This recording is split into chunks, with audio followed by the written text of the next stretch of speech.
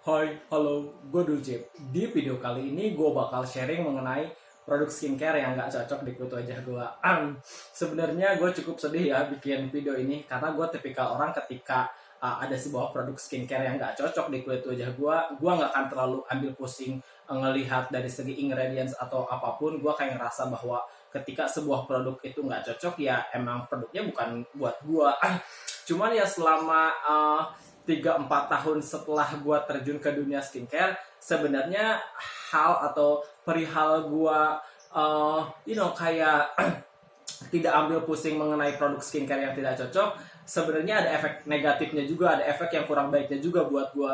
So gue berpikir ya pada akhirnya gue ngerasa perlu untuk berbagi, untuk sharing ke kalian mengenai produk skincare yang nggak cocok di kulit wajah gue. At least baru-baru ini ya, karena selama 3-4 tahun sejujurnya cukup banyak produk skincare yang nggak cocok di kulit wajah gue. Cuman please perhatian, apa yang akan gue sampaikan di sini sifatnya menurut pengalaman pribadi gue. Jadi katakanlah ketika ada sebuah produk skincare yang cocok atau produk skincare yang tidak cocok, bukan berarti produk tersebut akan cocok atau akan tidak cocok juga di kalian. Karena bagaimana sebuah produk skincare itu bisa bekerja atau kerjanya maksimal atau cara kinerjanya tidak maksimal atau produk itu cocok atau produk itu tidak cocok di masing-masing kulit orang itu akan sangat berbeda karena memiliki faktor pendukung juga yang sangat beragam. So please keep that in mind. Oke, langsung aja ke produk yang pertama. Yang gak cocok adalah ini sabun wajahnya dari Namira. Gue sangat kecewa dengan produk ini karena sejujurnya pertama karena gue udah cocok dengan kedua pelembabnya, pelembab yang krim dengan SPF 30 dan pelembab yang gel krim dengan SPF 15. Keduanya cocok, syukur alhamdulillah di kulit wajah gue. Tapi sabun wajahnya ini nggak cocok di kulit wajah gue. Sebenarnya gue nyobain ini udah lumayan lama sih, udah sekitar 2 atau mungkin 3 bulan yang lalu. Yang membuat gue kecewa dengan produk ini adalah dia kan klaimnya sendiri adalah hydrating gel cleanser, dimana ketika saat itu kulit wajah gue dalam kondisi kering keadaannya, dan gue pikir karena dia gel cleanser artinya produk ini dia pasti akan bertekstur gel, dan gue berekspektasi ketika dia teksturnya gel maka busa yang dihasilkan pun akan sangat minim. Tapi ini memiliki busa yang lebih banyak dibandingkan dengan sabun wajah yang bertekstur gel lainnya yang pernah gue coba. Dan entah kenapa si sabun wajah ini membuat kulit wajah gue menjadi sangat-sangat kering. Pertama karena kondisi kulit wajah gue udah kering. Ketika gue pakai produk sabun wajah ini, kulit wajah gue nggak cuma kering, tapi juga kayak ada flaky. Flaky itu kayak bercak-bercak putih di kulit wajah gue, kayak mengelupas lah ya istilahnya. Dan bahkan efek membuat kulit wajah gue lebih keringnya ini menurut gue ya jauh lebih parah, jauh lebih kering daripada beberapa produk sabun wajah yang khusus untuk pria yang pernah gue coba. Katakanlah gue itu sampai saat sekarang tidak cocok menggunakan sabun wajah Garnier Men. Setelahnya selalu membuat kulit wajah gue menjadi lebih kering, tetapi sabun wajah ini membuat kulit wajah gue jauh lebih kering daripada si sabun wajah Garnier Men. Sebenarnya gue suka sama Garnier Men yang pelembabnya ada yang Power White, ada yang Acne Fight. Gue juga suka sama obat total jerawatnya, tapi entah kenapa sabun wajahnya nggak pernah cocok di kulit wajah gue. Selalu bikin kering, tapi si sabun wajah ini membuat kulit wajah gue menjadi sangat-sangat kering. Ketika gue cek ingredientsnya, gue ngerasa gue nggak punya masalah dengan komposisi yang ada di sabun wajah ini. Cuma satu yang gue notice, dia punya coconut acid atau coconut acid, minyak oil minyak kelapa ini kan dia bersifat clog pores ya, artinya dia dapat menyumbat pori-pori, di mana ketika pori-pori tersumbat itu berpotensi membuat kulit berjerawat. Tetapi setelah menggunakan produk ini gue nggak punya masalah, artinya kulit wajah gue nggak jadi berjerawat ketika pakai sabun wajah ini. Yang pasti sabun wajah ini membuat kulit wajah gue menjadi sangat-sangat kering. Gue juga notice dia punya fragrance atau punya zat pewangi ada di komposisinya ada di urutan ke-8. Menurut gue itu cukup tinggi, walaupun sebenarnya gue nggak pernah punya pengalaman buruk dengan fragrance atau dengan pewangi. Cuman ya di end of the day ini nggak cocok di kulit wajah gue. So ya gue kecewa dengan produk ini. Oke, produk yang kedua adalah ini tonernya The Bath Bomb. gue sangat bersedih memasukkan produk ini sebagai produk yang nggak cocok, karena di luar daripada nggak cocok nih ya, sebenarnya produk ini merupakan produk yang salah satu produk yang sangat membantu dalam menyamarkan noda hitam bekas jerawat gue. Karena gue pakai dia intens selama 1 bulan lebih ketika bulan puasa. Karena sebelum bulan puasa gue berjerawat, dan setelah bulan puasa kulit wajah gue dari jerawatnya cukup membaik, dan gue punya banyak noda hitam bekas jerawat. Dan produk ini merupakan salah satu produk yang memang dapat membantu menghilangkan noda bekas jerawat tadi.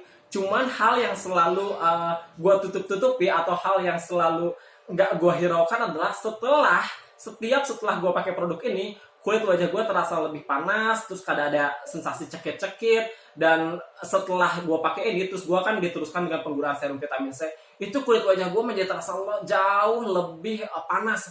Sejujurnya gue nggak menghiraukan reaksi tadi, karena ya itu dia. Pertama, ini adalah exfoliating toner, dia pun kandungannya cuma AHA, artinya dia menurut gue jauh lebih lembut kalau misalkan dibandingkan dengan Sunbae Me yang AHA, BHA, PHA, karena itu kandungannya of course ada AHA, BHA, PHA. Sedangkan si The Bath Box ini kandungan exfoliatingnya adalah cuma AHA doang. Menurut gue ini jauh lebih lembut. Dan memang dari segi kinerjanya pun menurut gue cukup baik. Itu mengapa gue sangat sedih ketika gue harus memasukkan dia sebagai produk yang nggak cocok di kulit wajah gue. Karena pada kenyataannya gue pun udah menghabiskan sekitar 70-80%.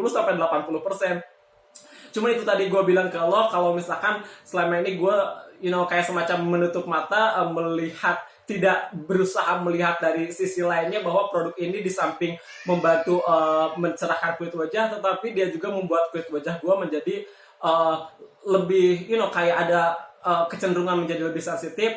Mungkin karena memang dia memiliki beberapa ekstrak tumbuhan, ekstrak bunga-bungaan, ekstrak tanaman lah ya istilahnya. 2 diantaranya adalah lemon fruit extract, dan dia juga punya orange fruit extract, dia juga punya citric acid, di mana kandungan-kandungan ini dia memang kayak ketika konsentrasinya terlalu asam itu memiliki potensi membuat kulit menjadi lebih cenderung sensitif. Kalau misalkan kita ngelihat dari ingredients tersebut ya. Ya mungkin karena pada saat itu kulit wajah gue dalam keadaan kering, terus gue pakein ini yang memiliki potensi menjadikan kulit menjadi lebih sensitif.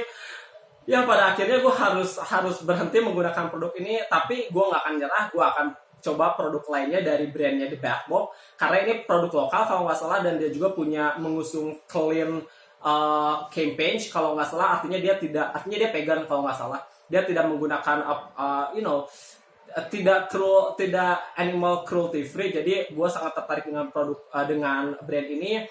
Mudah-mudahan ada produk lain yang cocok di kulit wajah gue tanpa menimbulkan efek samping dari brandnya The Bath Box. So I really hope so. Dan tentu saja gue akan menghentikan penggunaan The Bath Box. Produk selanjutnya yang tidak kalah membuat gue sedih juga adalah ini dari Frede. Ini serum oil asal Korea, dan ini merupakan serum oil pertama yang pernah gue coba, dan sejujurnya gue udah jatuh cinta banget sama serum ini.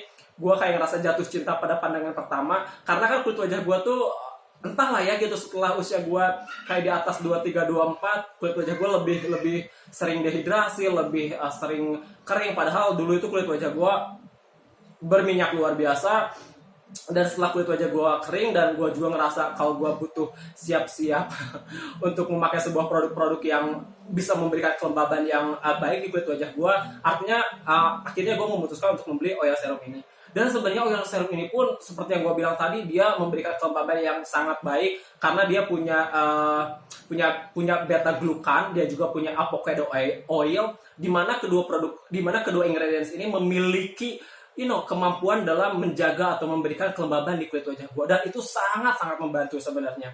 Cuman ternyata hal yang tidak gue sadari juga selama pemakaian ini adalah gue ngerasa kalau kulit wajah gue ada jerawatnya, tetapi gue ngerasa kalau kok jerawatnya nggak sembuh-sembuh ya. Udah gue pakein obat total jerawat, udah gue campur dengan udah sabun wajah gue pun untuk khusus jerawat, gue pakai masker jerawat, kok jerawatnya nggak sembuh-sembuh. Terus gue berpikir, apa jangan-jangan ini bukan jerawat, tapi ini adalah fungal acne form? Karena pada kenyataannya fungal acne form atau fungal acne ini sama jerawat beda. karena penyebabnya pun beda. Kalau jerawat itu penyebabnya oleh bakteri. Kalau fungul acneiform itu disebabkan oleh jamur.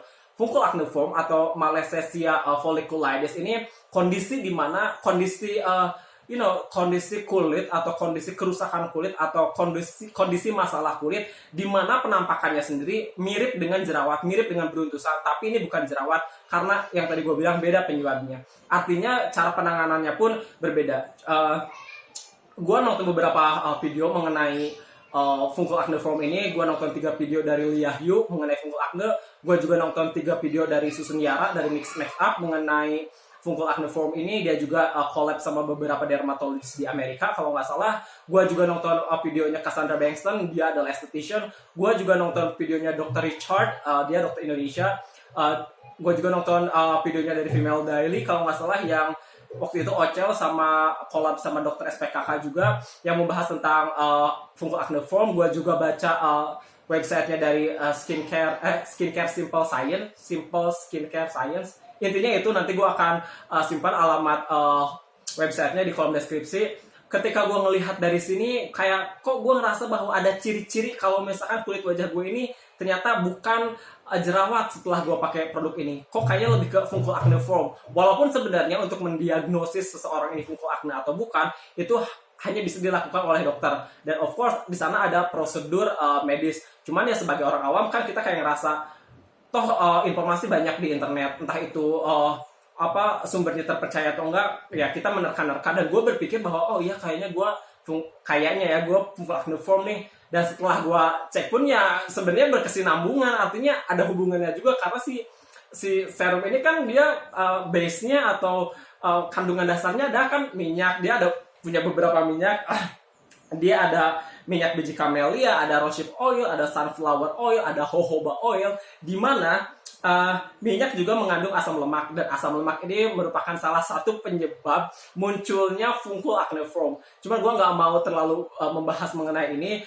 Intinya si produk ini di samping dia dapat memberikan kelembaban yang baik di kulit wajah gue, tetapi dia dapat menimbulkan fungul acneiform di kulit wajah gue. So gue sangat bersedih akan kenyataan ini, dan tentu saja gue akan menghindari pemakaian produk ini. Dan memang setelah gue menghentikan pemakaian produk ini, kondisi kulit wajah gue dari fungul acneiform ini berangsur membaik. So ya kenyataannya sedih aja ketika ada sebuah produk yang gue udah berekspektasi bahwa produk ini akan bagus, walaupun mungkin emang kenyataannya bagus, tapi ya mungkin nggak baiknya adalah ada kayak side effect-nya juga, ada side effect-nya yang membuat gue akhirnya sadar bahwa sepertinya gue nggak bisa pakai produk ini untuk selanjutnya.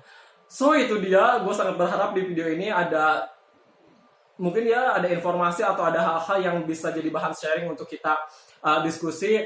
Jika dianggap atau jika kalian suka dengan video ini, silahkan like dan komen di bawah. Bantu subscribe juga untuk membantu mengembangkan channel YouTube ini. Mohon maaf atas segala kekurangan dan kesalahan dalam video ini.